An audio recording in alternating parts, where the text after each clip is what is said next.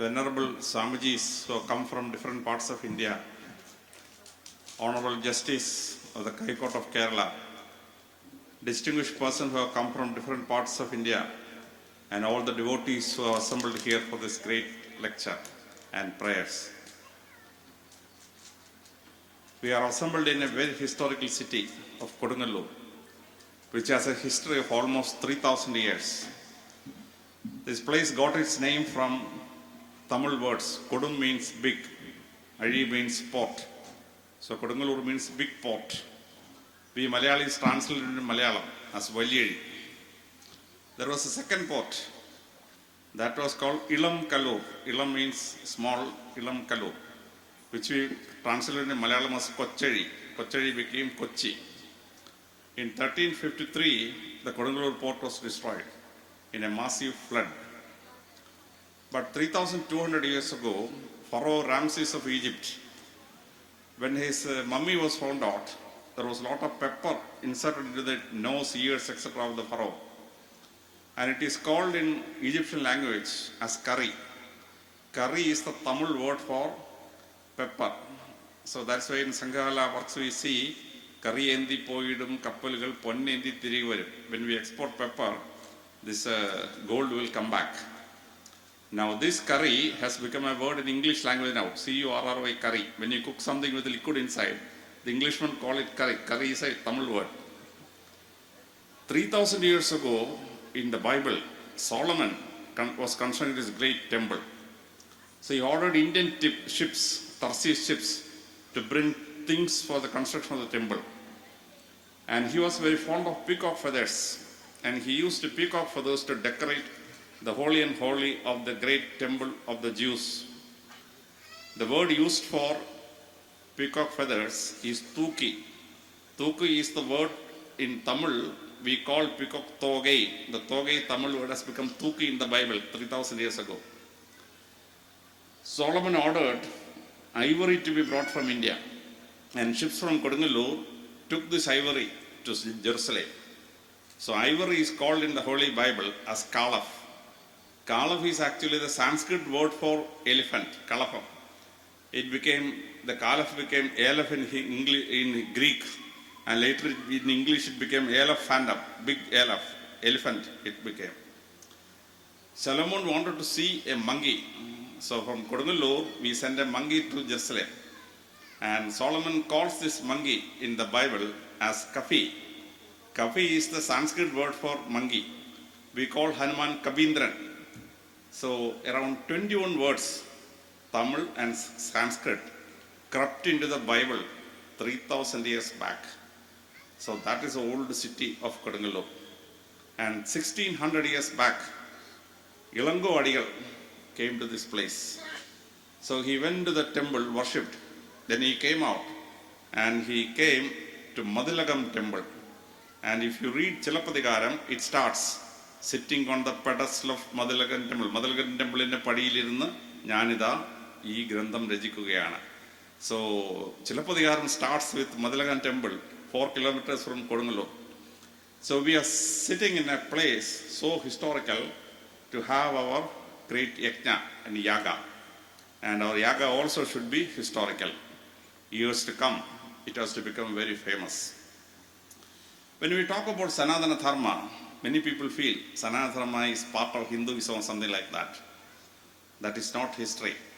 Sanatana Dharma existed in almost 46 countries in Europe, Asia, and Southern Asia.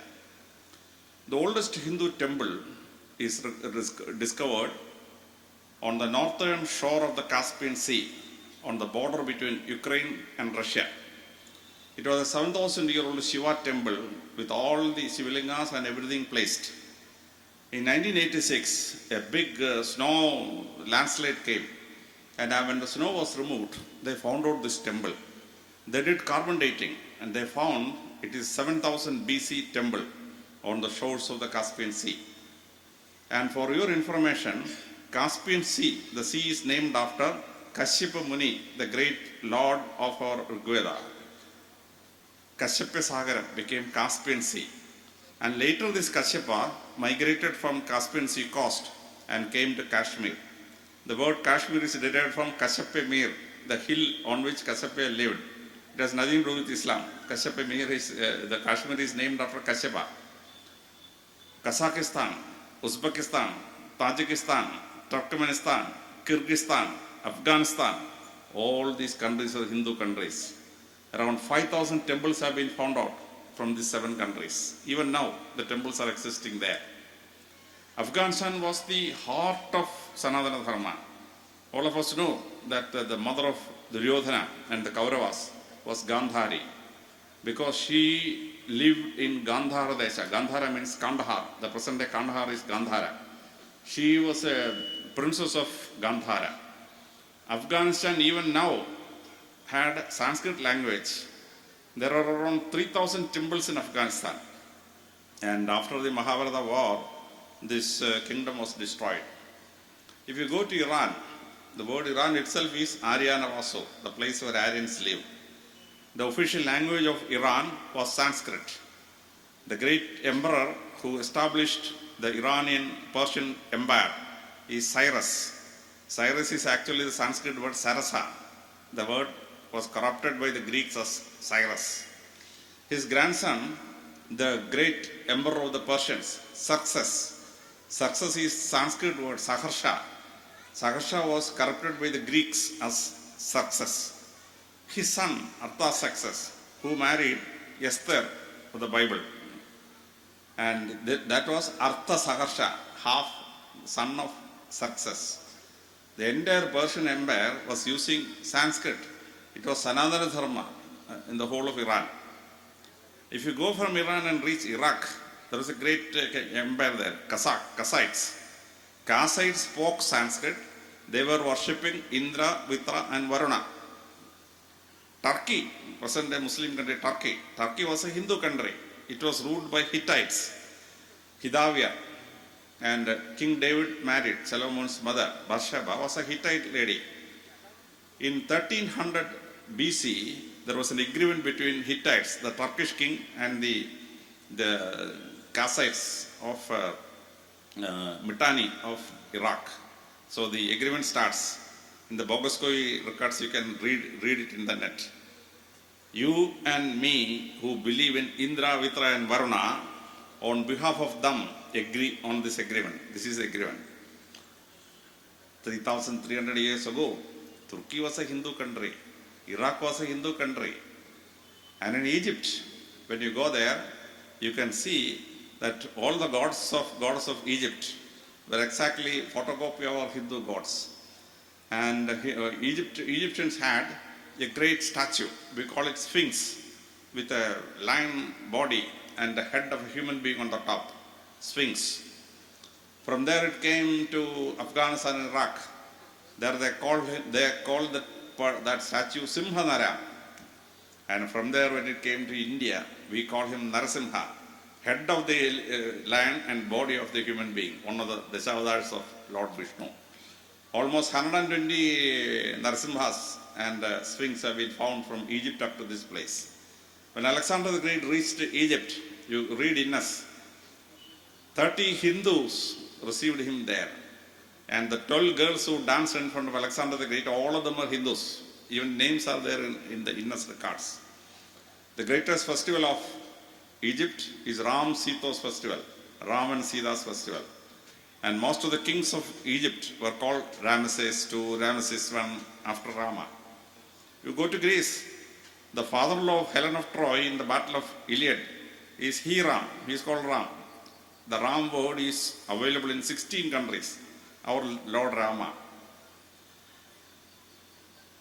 You come to Himalaya area, you cross Himalayas, and the northernmost temple in China is 100 kilometers south of Peking. 100 kilometers. There are 4,000 Hindu temples in China and Tibet. That is the way Hindu temples was established. And Hogar, the great Sithan, who constructed the great temple of Palani, who went to China and established almost 100 temples there. And Taoism was influenced by the Siddhas there. And Bodhidharma, a Malayali from Kerala, who went to China, and he had his great ashrams in Ceylon, in China. So China and Tibet, predominantly Hindu areas. All of South Asia was Hindu. Burma was a Hindu country. Malaysia, the word Malay is Tamil. And Malaysia was ruled by the Tamils for about 600 years. From Malaysia and Burma, you cross to Thailand. Thailand even now is a Hindu majority country. And the king is a Hindu. Adulya Tej. Word is Sanskrit. Adulya Tejas Sulavan. Adulya Bhumi Paul. Adulya Tejas. That is the name of the king who died recently. And the original name of Thailand is Siam. Siam is Sanskrit. Shyamadesham became Siam. You cross to Cambodia. Cambodia was a Hindu country. A person called Kaudinya went from Andhra Pradesh coast, went to Cambodia, married the princess there, and established the Cambodian dynasty. And the biggest Hindu temple in the world is not in India, it is in Cambodia, Angkor Wat. 10 square kilometers, 5,500 acres is the area in which one temple was built. You cannot see the whole temple from the ground. You have to go to a helicopter to the top and watch down. Then only you can see Angkor Wat. Jayavarman II to Jayavarman VII, from 1250 to around 1400, constructed the great Angkor Wat temple. You cross over to Laos and Vietnam. Both the countries were Hindu countries. They were called Chamba country. It was only 300 years back the Viet Congs conquered Vietnam. Before that, Vietnam was a Hindu country. All these countries were called Jaya, Srivijaya, Chamba, etc. You cross over to Pacific Ocean. 14 islands in the Pacific Ocean is named after Lord Rama of the Ramayana. Indus Valley script outside India is found in the Easter Island on the northern part of Pacific. Indus Valley script is found from there. Now you go to Korea. When our beloved Prime Minister Narendra Modi was consecrating Ayodhya temple, around 150 people came from the royal family of Korea came. Why? The entire Korean family, their ancestress was a woman belonging to Ishwagu dynasty, a woman successor of Lord Ram. She was married to Korea. So for the Pratishtha, the Koreans came there. And you go to Japan. Japan was entirely a Hindu country. And Japan have another name, Nippon. It is Sanskrit, Nibbana Desham, skilled people. Nibbana Desham became Japan. You go to Indonesia, the biggest Muslim country in the world. Indonesia was completely Hindu. It is Shailendra Empire. Shailendra emperors used to marry from Chola dynasty. And Rajendra Chola went to Indonesia and captured Indonesia. The Indonesia alone has almost 8,000 temples even now. One of the islands of Indonesia is Bali. 95% Hindu, 95%. S.K. Pottekad went to Bali and he writes, because if you go to Bali, exactly like Kerala. And the longest temple in the world is not in India, it is in Indonesia. Around 150 kilometers to the west of their capital, Jakarta, there is a temple called Borobudur. 1.5 kilometers long. Originally it was a Hindu temple, later it became Buddhist. If you enter the temple through the front gate, you have to walk inside the temple 1.5 kilometers to reach the back of the temple. No religion in the world have a religious place 1.5 kilometers long. No religion in the world have a religious worshipping place like Angkor Wat, spread 10 square kilometers of area. And you cross Indonesia and reach Fiji. There is a people there who call themselves Kalians. The island in which they live is called Ramanaga Island, Ramanaga Diva. They say that Lord Krishna pushed their ancestor from the Yamuna coast. We crossed the sea and reached there. That's what they claim. After hearing this, if you come to Bhagavatam, in the 10th skanda, we find that Lord Krishna defeated Kalian. And Kalian had 2 wives. Both the wives went to Lord Krishna and said, oh Lord, don't kill our husbands. Kalian had 4 children.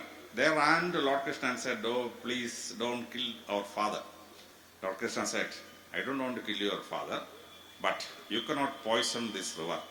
You cross the sea, go to Ramanaga Island and live there." You read Bhagavatam, Patam Skandam, very clearly says, Lord Krishna says, go to Ramanaga Island and live there. You go to Ramanaga Island in Fiji, people say they are Kalians, and people say their ancestor Kalian was pushed out of India by Lord Krishna, and they went and migrated there. You go to Australia and New Zealand, there is a tribe called Maoris there, Maoris. The Britishers killed 90% of them. These Maoris had a holy temple. Nobody was permitted inside. But in 1986, there was a big lightning on which the roof of the temple was destroyed. So to repair the temple, engineers entered it. They found a holy thing, a bell, a metallic bell, on which Lord Shiva's name is inscribed in Tamil script, the holiest of the holy of the Maoris. They did a DNA test on the Maoris. They found their DNA is the same as Irular in Tamil Nadu and Ulladar of Kerala. Blood group same. This Ulladar and Irular crossed the sea and went to Australia and New Zealand. They are the Maoris. Sanatana Dharma had a history of 8,000 years, spread to 46 countries, Europe, Egypt, Asia, Pacific, and all those things. 14 islands in the Pacific is named after Lord Ram. You check the National Geographic. 14 islands in the Pacific Ocean, the name is Ram, Ram, Ram, Ram coming up. That's there. So when you say Sanatana Dharma, don't think that it's an offshoot of Hinduism. Sanatana Dharma is something which spread in 4 continents, in about 46 countries, have a history of 8,000 years. The first civilization in the world is Sumerian civilization. They say we crossed over the Arabian Sea from the southeast direction and came and settled down here. So Sumerians' original history says they are Tamilians who migrated to Sumeria. The Sumerian word for village, Ur, same word for village in Tamil language. Sumerians called their father Appa, Abba, same word in Tamil, Appa. Sumerians called their mother Amma, Emma. Tamils call Amma. Yella is same in Sumerian language, same in Tamil language. Almost 140 words are common between the oldest civilization in the world, Sumerian civilization and Tamil civilization. This is the wonder of our history. So be proud of being a Sanatana Dharma. I belong to Sanatana Dharma, 8,000 years old. And we spread over 4 continents, Europe, Asia, Africa, and Australia. With that great feeling of Sanatana Dharma, we come to the great concept of temples. Each religion have their own worshipping place. But Hindu worshipping place is something special, wonderful. Now Hindu temples originated in 4 historical growth. The original one was Kaava. Kaava means a place in which God is supposed to be present on the bottom of a tree. You suppose that God is there. Go to in front of the tree and pray to the God without hurting the tree, without gutting the forest. We pray to God protecting the forest, protecting the trees. This is our original belief. Later, Kaava became Kovil because to protect the concept of God or an idol from rain or sun, they put a roof above it. And they put just a surrounding wall to prevent animals from reaching the idol. Because if a dog comes to an idol, it will immediately start urinating on the idol. So they construct a wall around. The moment a roof was there and a surrounding wall was there, Kaava became Kovil. Kovil became Ambalam. The next stage, Hinduism had a concept of God as a human being. Just like our house, they constructed a house. The house has a veranda, house has a garbhagraham, house has a dining room, has a kitchen, everything inside. And the God is placed there. The moment the house concept for God came, Kovil became Ambalam. The 4th stage is the wonderful Kshetram. To have a Kshetram, you should have a Garbhagraham, you should have a Kodimaram, you should have a Kodi, you should have a Belitara, and 9 things. You should have a gopuram. 9 things coming together. You create a temple. You go to the fantastic temples. Brihaddeshwari Kshetra. Oh my goodness, the greatest thing I have seen with my eyes. I went to see Brihaddeshwari Kshetra, and the DYSP brought binoculars. So I start looking at the binoculars. 12,000 statues are there. And Ramayana, Mahabharata is pictured in dolls, idols, etc. So I took a notebook and started writing down one by one. By afternoon 2 o'clock, I called the DGP. I said, sir, I just took 2 days leave. I want 4 days leave. He said, what for? I said, I came to Brihaddeshwari Kshetra. I started looking at each idol and writing down the story between it. It will take at least 2 days. He said, what is that? I am a fellow who belongs to Tanjavur. I have not seen it. Why are you seeing it? 2 days granted. So I spent 3 days there. With the binoculars, I studied all the idols, noted down every history in Ramayana and Mahabharata in that idol. 1,000 Shivalingas, 1,000 snake idols, Naga Vigrahangal. Fantastic temple. 1919 AD. Rajaraja Chola started it, but Rajendra Chola inaugurated in 1919 AD. Fantastic. You go to Madurai Meenakshi Kshetra, wonderful. You go to many of the temples in India, you will be astounded at the greatness of the temple. I went to Gujarat. People told me, sub-inspector told me, there is a temple here, Palitana temple. At one place, 1,000 temples are there. Bloody wonderful thing. I said I will go there. I took a vehicle and went to Palitana. One hill, and surrounding that hill, 1,000 temples are constructed. A boy is born in that dynasty, a temple with a male god will be installed. Shiva, Vishnu, something. If any daughter is born in that family, a temple with a goddess will be placed inside. Kali or Saraswati or Lakshmi or something like that. Whole day I could see around 35 temples. So I asked the DOSP, how many days it will take to see the whole 1,000 temples? He said, sir, you take leave and take leave for 3 months and stay somewhere here. I will show you the whole 1,000 temples. I said, bloody hell, I have to go back to Kerala. At that time, a millionaire came with a helicopter. So the police went and requested the billionaire, one IG from Kerala have landed here. He wanted to see the whole thing. Can we use your helicopter for 15 minutes? He said, how can I take it? So police took me in a helicopter and made a circle of this hill. My God, one hill and the surrounding places, 1,000 temples. Can any religion anywhere in the world claim like that? No. Nobody can beat Palitana. That is the greatness of Hindu temples. So in these temples, when an idol is made, that has big conceptual thing on it. You have 3 Shiva temples in Kodungalur, all the 3 Shiva temples, Shiva is not the same. The idol will have minute changes. You go to one temple of goddess Kali, Kali will have two hands, another one 4 hands, another one 6 hands, another one 8. Every idol is Kali. But the same goddess will have 10 hands, 12 hands, like that. Now this is the conceptual difference when an idol is being made.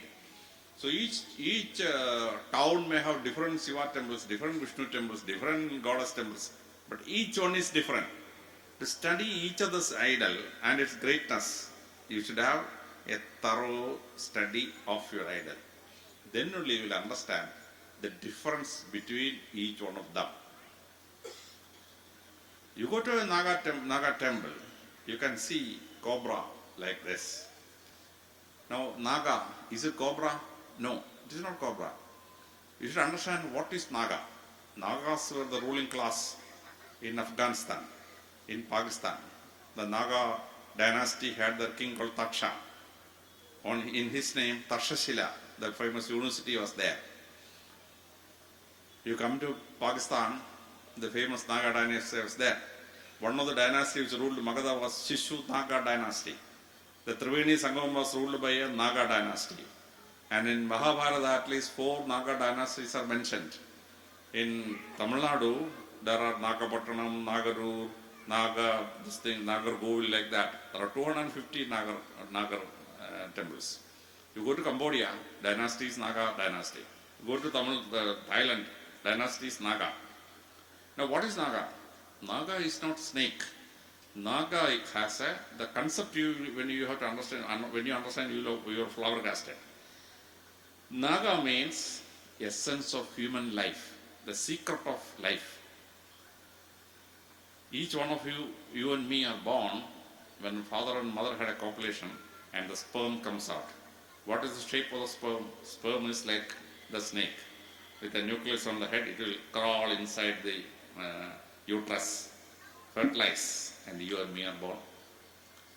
For the first 3 months, you and me are in the uterus. What is our shape? Snake.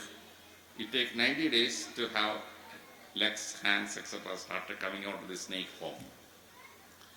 What is the secret of you and me? DNA molecule. What's the shape of DNA?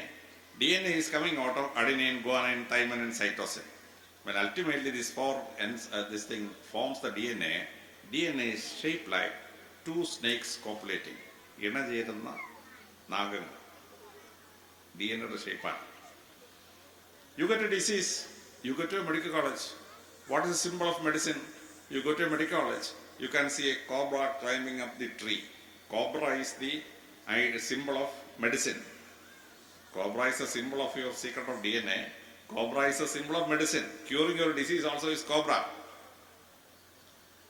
You go to Egypt, pharaohs of Egypt have a cobra on their head. You go to America, Red Indians, who is their main god? Quetzalcoatl. Who is Quetzalcoatl? Cobra. Their symbol is cobra. You go to Southeast Asia, cobra is the god. Now different people started naming the cobra or the snake. We call in Malayalam Pamba. You go to Hindi, it is Samba. You go to Africa, Negroes call it Wamba. You go to America, Red Indians call it Chambu. These people have never seen each other. Malayalis have never seen Red Indians. Red Indians have never seen Negroes. But the snake is given a name, it has same pronunciation. Pamba here, Samb in Hindi, Wamb in Negroes, Chamb in America. How come it became very common? That is a secret of Naga worship. Each idol needs temple. You have to study. Then you will understand the greatness of the idol. Pradishta. Pradishta, Pratyega Sadhigana. Then you will understand the secret of it. You go to Trivandrum, you have the Gauri Savatam temple. Not Shiva Gauri, Gauri Savatam. Gauri comes first. You go there, through the front gate you look, Lord Shiva in all decoration is there. But you take 50 meters to the other side of the temple and look inside. You can only see Parvati. One stone, one Krishna stone, the sculptor have made Shiva and Parvati on the same side. And there, how it became Gauri Shiva, not Shiva Gauri? Because when you and me married, I made my wife Mrs. Alexander Jacob. What's her name? Alexander Jacob son Bharya. But Lord Shiva never did it. Lord Shiva called himself Parvati Vallabhan, Gauri Vallabhan. Lord Shiva took his name from his wife. And how Parvati became Gauri, Purana story is very interesting. Parvati was a little dark in color. He went and requested Lord Shiva, Lord, please make my skin very fair. Madame ennu kaanatha kalathe Parvati engane aagraham undayennu enikku arnjuda. But Lord Shiva thought, wife is requesting something. How can I say no? But if the wife becomes very beautiful, dangerous, dangerous. Many murder cases I have investigated, the husband is killed to get the wife who is beautiful. That's why the husband is killed. Senior officer finds a junior officer's wife very beautiful, trouble for the junior officer. Now, Lord Shiva realized, if Parvati become very, very beautiful, danger. So instead of making her full white, Lord Shiva made her copper color. Gauri means Chembinda Naravol. She was Her dark color was made into copper color. So Parvati became Gauri. Nowadays women go to the beautician for increasing their beauty. The first beautician, the grandfather of all the beauticians is Lord Shiva. He did beautician privadi on his own wife Parvati. That's why she became Gauri. You go to each temple, you take some time to understand the greatness of that idol. You have to study there. So each of our temple is so great a construction. We have 95 lakh temples inside India. 95 lakh. We have the great temple in Texas. We have the great temple in Dubai. We have great temples in Indonesia, Malaysia, throughout the world, almost 100 countries. A great temple in Kenya, Africa. Now, each of these temples, you have to understand its greatness. Study the greatness of the temple, its idol. Then only you can understand the concept of a temple, concept of a pratishtha. In that prayer, we have to understand how prayers are conducted. Sanatana Dharma lived for 7,000 years. But last 700 years, it went under the occupation of Muslims and then to the Christians. Why the Hindu civilization was defeated by the Muslims and Christians? Because Sanatana Dharma committed 3 blunders. First, they said a rule, they made a rule. If anybody crosses the sea, he is outcast. Kadale kadannu poya, jadi first. Vishnunarayana Namboothiri sir, Tiruvalla ക്ഷേത്രത്തിലെ പൂജാരിയാണ്. ലണ്ടനിലെ മലയാളം കോൺഫറൻസിന് പ്രസംഗിക്കാൻ പോയി. തിരിച്ചു വന്നപ്പോൾ ഇയാളൊരു നമ്പൂതിരിയല്ല, സംഗതി പോയി. Since Indians never crossed the sea, they never knew what kind of weapons are being developed by the foreigners, what kind of army formations are made by the Muslims in Ghazni and Gori. They never knew. When they came with all the guns and battle formation, we were helpless. Second blunder Sanatana Dharma did was, we made a rule saying that only Kshatriyas should fight. Now, every battle Kshatriyas die. The Kshatriya men are in battlefield or in army formation. So they cannot have children with their wives. Once upon a time they are visiting home. And in battles the men die. So what happened ultimately? By the time Muslims came here, the Kshatriya population in India was only 8%. And minus the women and children, actual fighting force was 4%. Whereas in Islamic countries, every male can join the army. Their army became so huge that Indian armies could not face them.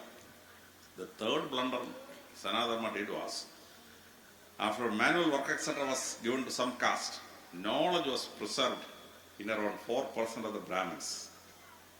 Knowledge did spread. When knowledge was confined to 4%, knowledge did spread. But in Islamic countries, everybody can learn. So what happened? That because the learned people was coming down in number, Sanatana Dharma could not fight and survive against foreigners. These 3 blunders of Sanatana Dharma made India conquered by the Muslims and the Christians. But after 700 years, Sanatana Dharma started 1947 after the Swandhara. If one civilization is conquered by another civilization, after 300 years, original civilization has never resurrected. Egyptian civilization gone. Indus Valley civilization gone. Greek civilization gone. Sumerian civilization gone. Babylonian civilization gone. Assyrian civilization gone. Persian civilization gone. But the only instance in world history, one civilization occupied by another civilization for 700 years. But Sanatana Dharma started to 1947. The only unique incident in world history. A civilization surviving 700 years from foreign occupation. And then we spread. We have about 4 crore of our people spread over the world. We gave a prime minister to the British Empire, Rishi Sunak. We gave a vice president to the United States of America. She almost became president this time. Hindu would have become president. Now the vice president's wife is a Hindu from Andhra Pradesh. Mauritius, president and prime minister is Hindu. You go to Singapore, president, Hindu. You go to Fiji, president is Hindu. 13 countries, Sanatana Dharma people are president, prime minister or both. This is the greatness of Hinduism, Sanatana Dharma. Now at this juncture, you have to understand the speciality of prayer. Many religions simply uttering something to God, end of the matter.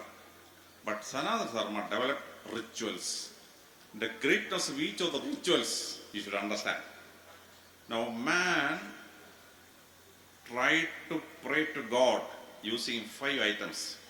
One is worship with fire. In countries where there is heat, you can produce fire and you homam ചെയ്തിട്ട് തീയിലോട്ടിട്ടിട്ട് ദൈവത്തെ പ്രാർത്ഥിക്കുക. യാഗം, യജ്ഞം. And at the end of each mantram, it ends swaha. Fire god says, I have consumed. Satisfied. Can you have a fire worship in Australia? No, possibly not. You cannot have a fire worship in Iceland or Greenland or Antarctica because fire cannot be produced there. Because Sanatana Dharma lived in an area where fire could be easily produced, we had yaga and yajna. When a child is born, we show him as candlelight. When we want to marry, Sanatana Dharma, husband and wife hold hands, circle the fire 3 times. Agni Sakshi Vivaham Karikya.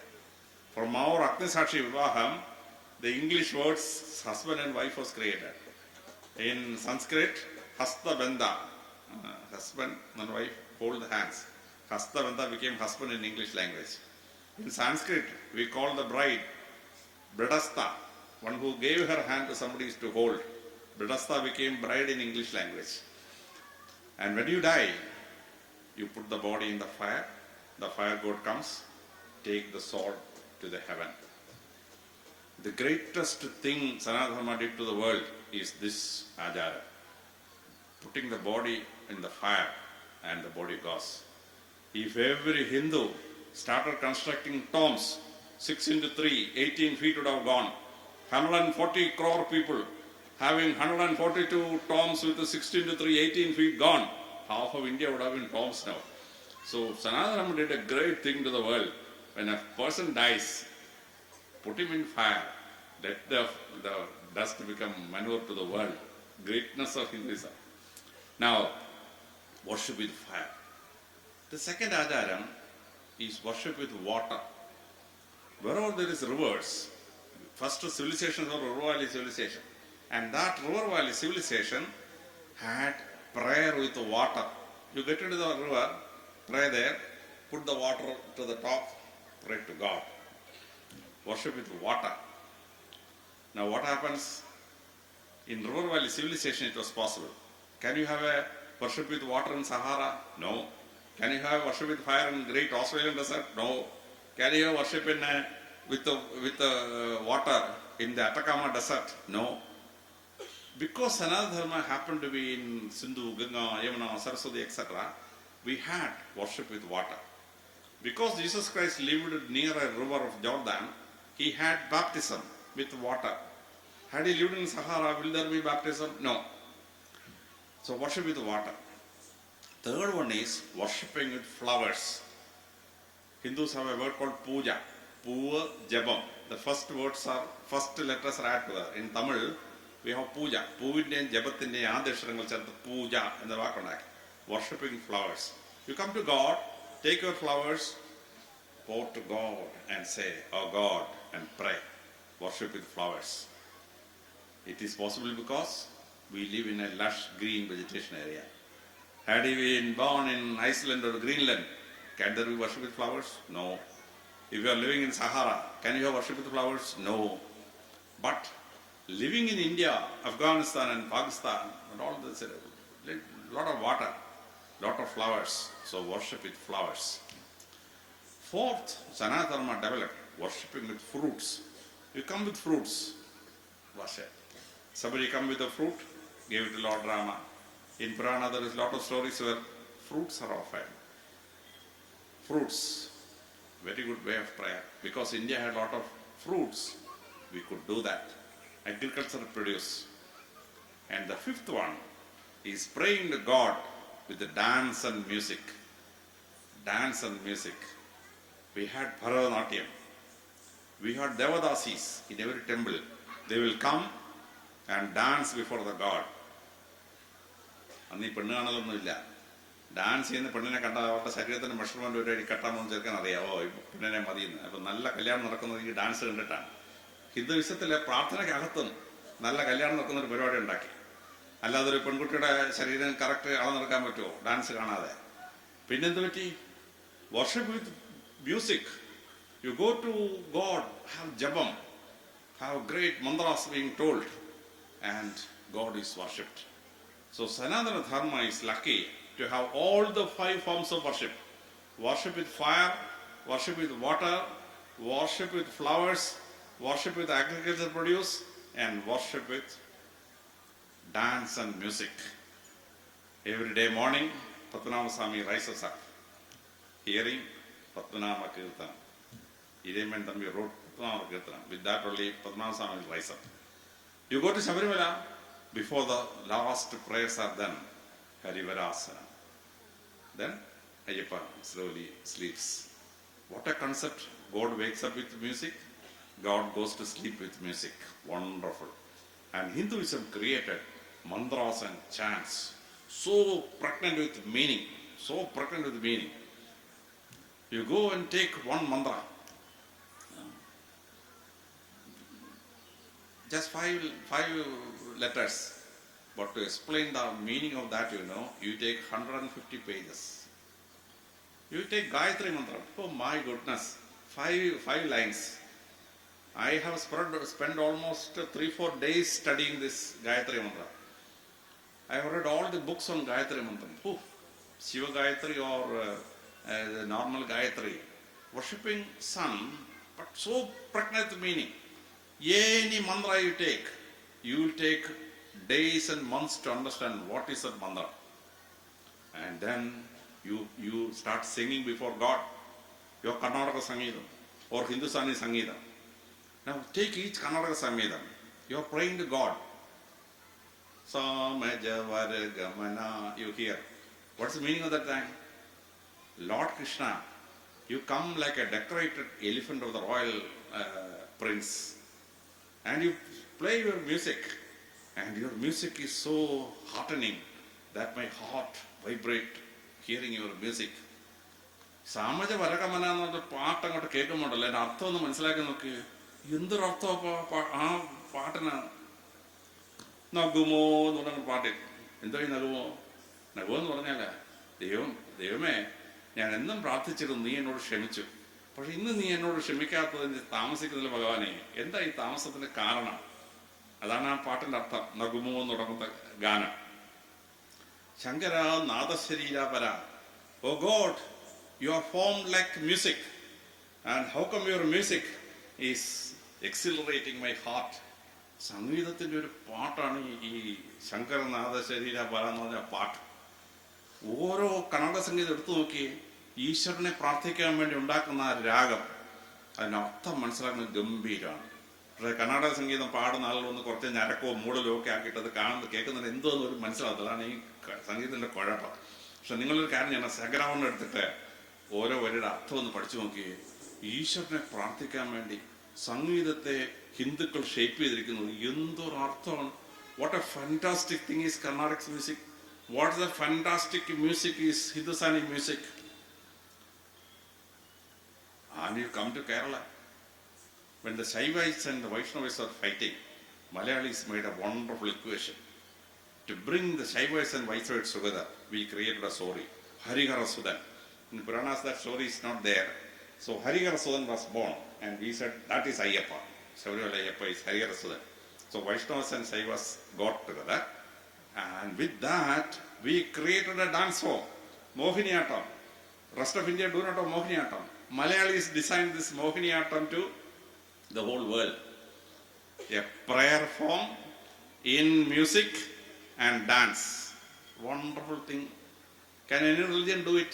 No other religion could do it. Only Hinduism can do it. So worshipping God with music and dance. All these 5 forms of worship combined together is only for Hinduism. No other religion have all these 5 forms of worship. Peculiarity of the place where the religion was originated. in Saudi Arabian desert when Holy Prophet starts Islam. You cannot have worship with water because Saudi Arabia has no water to have this prayer. You cannot have worship with flowers. No lotus flower is in Saudi Arabia. അവർക്ക് താമര ഉപയോഗിച്ച് പ്രവർത്തിക്കാൻ പറ്റുമോ? പറ്റിയല്ല. This is a peculiarity of geography and the greatness of our rishis. We made prayer to God in all the five forms. All the five forms. Then people started fighting over it. Then Lord Krishna came in Bhagavad Gita, chapter 9, verse 6. He says, whichever form you pray, I accept it. I accept it. I have no peculiarity to any of these worshiping form. Patram, Phalam, Toyam. If you worship with flowers, if you worship with fruits, if you worship with water, Patram, Phalam, Toyam, like that, Lord Krishna says 6 forms of worship, all these 5 forms. Say, whichever form you worship, I accept it. No problem. Now, what Lord Krishna did in Bhagavad Gita is a wonderful amalgamation of all these forms of worship, which is no religion in the world could do. Hinduism alone can do it. And in that worship and prayers, Hinduism developed sannyasis and sannyasinis who devote their whole life to prayer, to meditation and worship. And in that, they attained great yogic power, with no medicine, no science can explain. Ramana Maharshi was dying, and a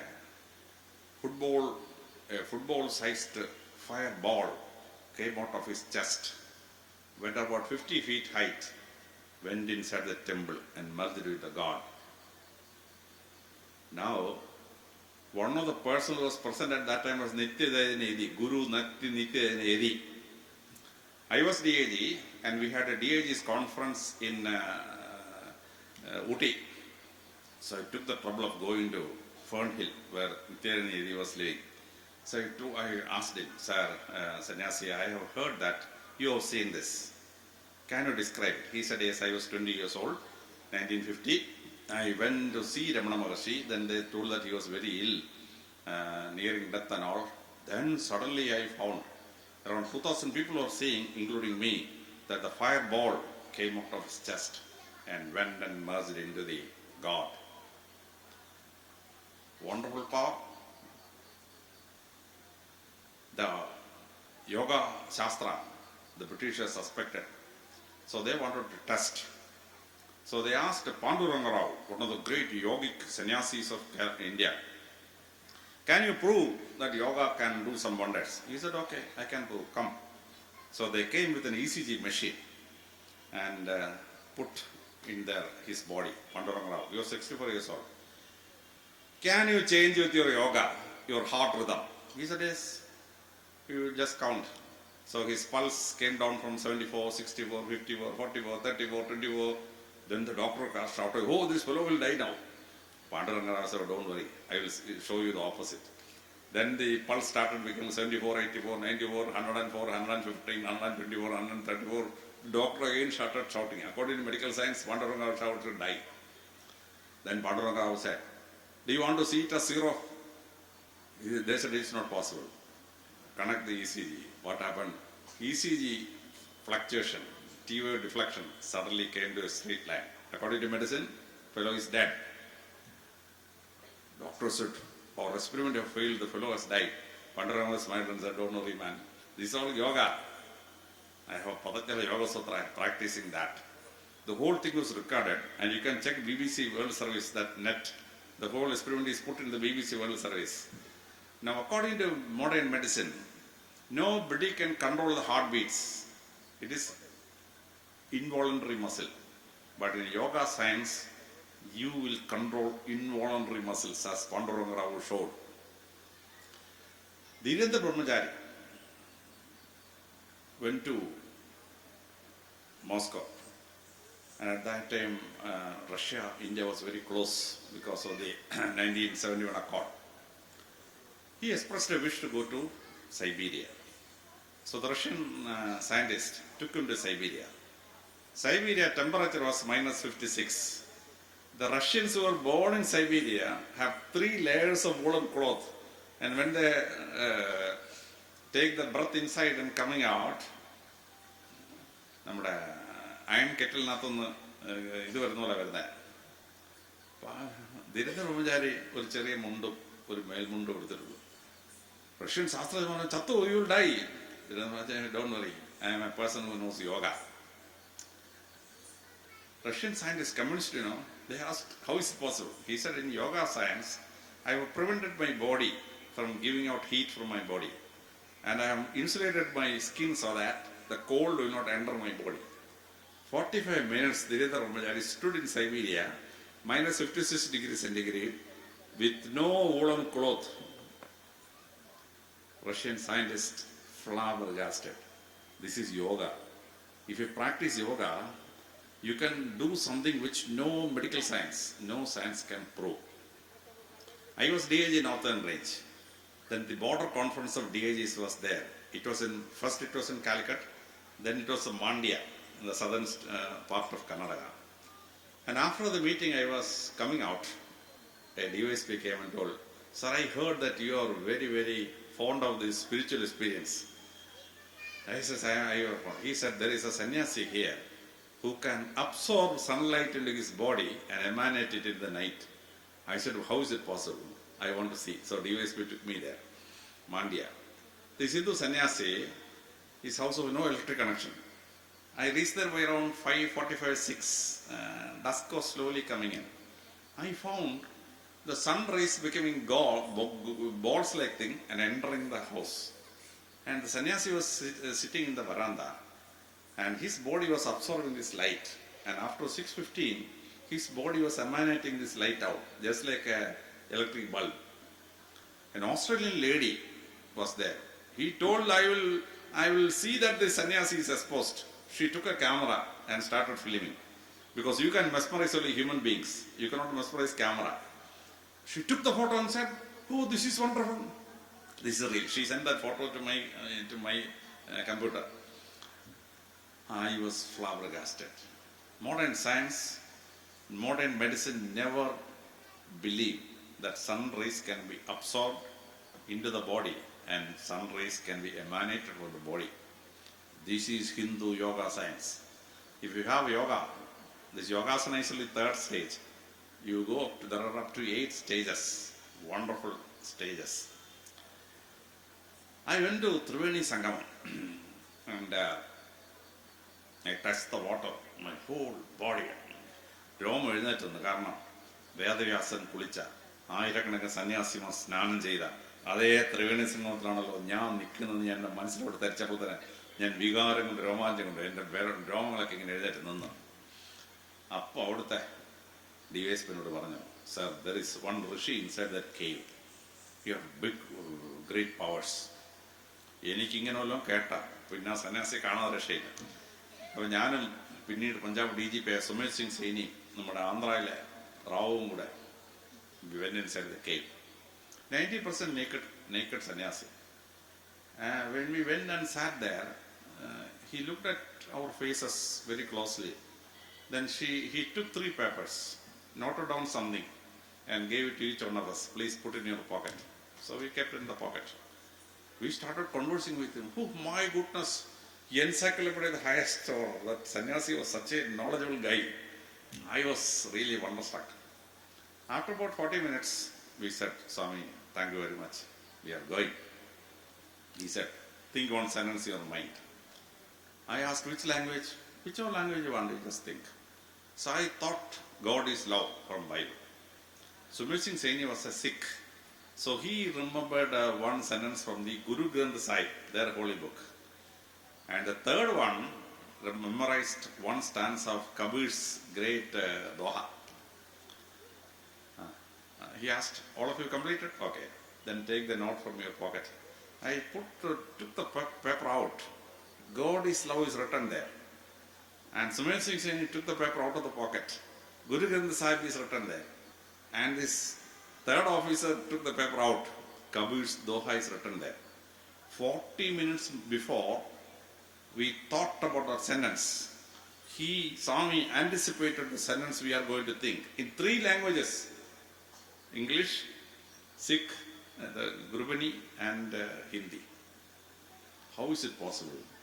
It is not explainable in science. It is not explainable in medicine. This is Hindu yoga. If you practice Patanjali Yoga Sutra, if you do your yoga and yajna, if you do your tapas, you will get wonderful powers which no science, no medicine can explain. So when you learn Sanatana Dharma, you understand its history, how it spread 46 countries, how a temple is being made, how an idol is being made, what is the form of worship you do, one out of the five, which is what is doing practice there. And when you practice it, what kind of mantra you say, what kind of stotra you say, and what is the meaning of it. Simply uttering something is wastage of time. You understand the mantra and then utter the mantra. Reward will be so great that you will really feel the change of God coming into your body and your mind. I have gone to almost all the holy places of Hindus. And at that place, how the temple is arranged. I went to Govardhanagiri because I have read in the Bhagavatam that Lord lifted the whole hill using his fingers. Now that is symbolic. Govardhanagiri is 8 kilometers long and 4 kilometers wide. Now Govardhana means Lord Krishna lived there and developed the place. Economic development and social development was made. That is Pradikatmakamayitte Veralil Pokki ennu parayunnanu. When we climbed up the hill, on top there was a golden temple, gold-plated temple. You climb down 100 meters down, a silver-plated temple. Then you climb another 100 meters down, copper-plated temple. Then you climb another 100 meters down, iron-plated temple. At the foot of the temple, a clay-made temple, nothing except clay, nothing is there. He asked the Pujari, what is this? He said, at the height of your glory, your DGP, IGP, etc., you are like this golden plated temple. Then you have a suspension or something, a reverse in the life. That is silver. Then ultimately you become copper, iron. And at the bottom, you are nothing. You die and you are just clay and mud. That is how it is made. The moment I understood the greatness of Govardhana temples, I climbed the hill again. Because when I was climbing down, I never understood the greatness of this construction. I climbed the Govardhanagiri again and saw each of the temple. Then I understood what is Bhagavatam, what is Govardhana, and how each of this temple represent a particular principle to each one of us. You go to any Hindu temple, take some time to understand the greatness of that temple. Then you will understand what is the greatness of Sanatana Dharma, what's the greatness of this worship. Now we have a great sacrifice going on here. I took the notice sent by these organizers, and each of this yaga, I went inside, took the books, studied what it is, what mantra is being done. I studied 48 hours for all the 8 yagas being done in this yaga for the 5 days. What a fantastic thing. What a fantastic. Can any religion imagine such a yaga going on for 5 days? Each of the yaga, you have to understand the meaning of it. Then only you really get wondering at the greatness of this thing. Now, each one of you is lucky to attend this function, follow these prayers, yajna, yaga, and for 5 days if you do it, on December 25, on Christmas Day, you will go from this place as a different human being, not as the same human being you came for the yajna. So I congratulate Adigal and all the organizers for giving such a wonderful spiritual experience for each one of you. And I am thankful to organizers for calling me, for a humble person like me being called here to have a small address to you. Thank you very much. Thank you all of you. May God bless all of you. Thank you.